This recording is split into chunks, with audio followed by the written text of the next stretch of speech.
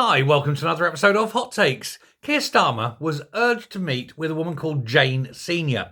She was the whistleblower who exposed the whole of the Rotherham grooming gang scandal. And of course, what do we think happened? Well, he blanked her. He was the leader of the opposition back in 2020, obviously.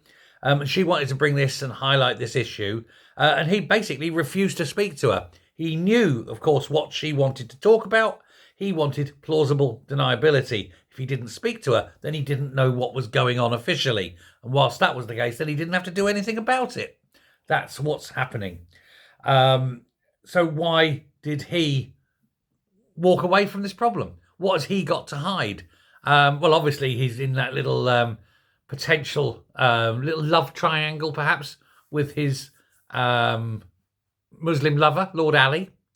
There is the rumours, of course, he's fathered a child of more on that, presumably at some point in the future.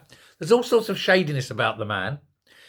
He's the man who said he wants to protect Muslims. If you remember, after the 3 little girls were murdered in Southport, his first call, but not to say I'm going to protect the children of Britain. He says, I'm going to protect the Muslims of Britain. That was his first strange answer. It's a very strange thing to be the first thing out of your mouth. So it's no wonder he did not want to meet with Jane Senior to talk about Muslim rape gangs. And still doesn't. And of course, this is why he is, how should we say, rejecting the calls to start this national inquiry into Labour councillors, into the whole of the previous J investigation, and into that rat who was running the Crown Prosecution Service at the time, one K. Starmer Esquire, the one who turned down the opportunity to prosecute people, such as, for example, Jimmy Savile, as well as many, many of these Muslim rape gangs. Strange man that he would think this way. Rather than protecting children, he just wants to protect them. It's an odd position. But he wouldn't meet with Miss Senior.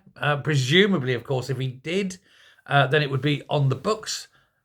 He would have to acknowledge that meeting. He'd have to say, yes, we spoke. Yes, I was presented with the evidence. And at that point, of course, with overwhelming evidence, he would be forced to make a decision which is now coming, of course, back to haunt him. And good, he deserves to be haunted.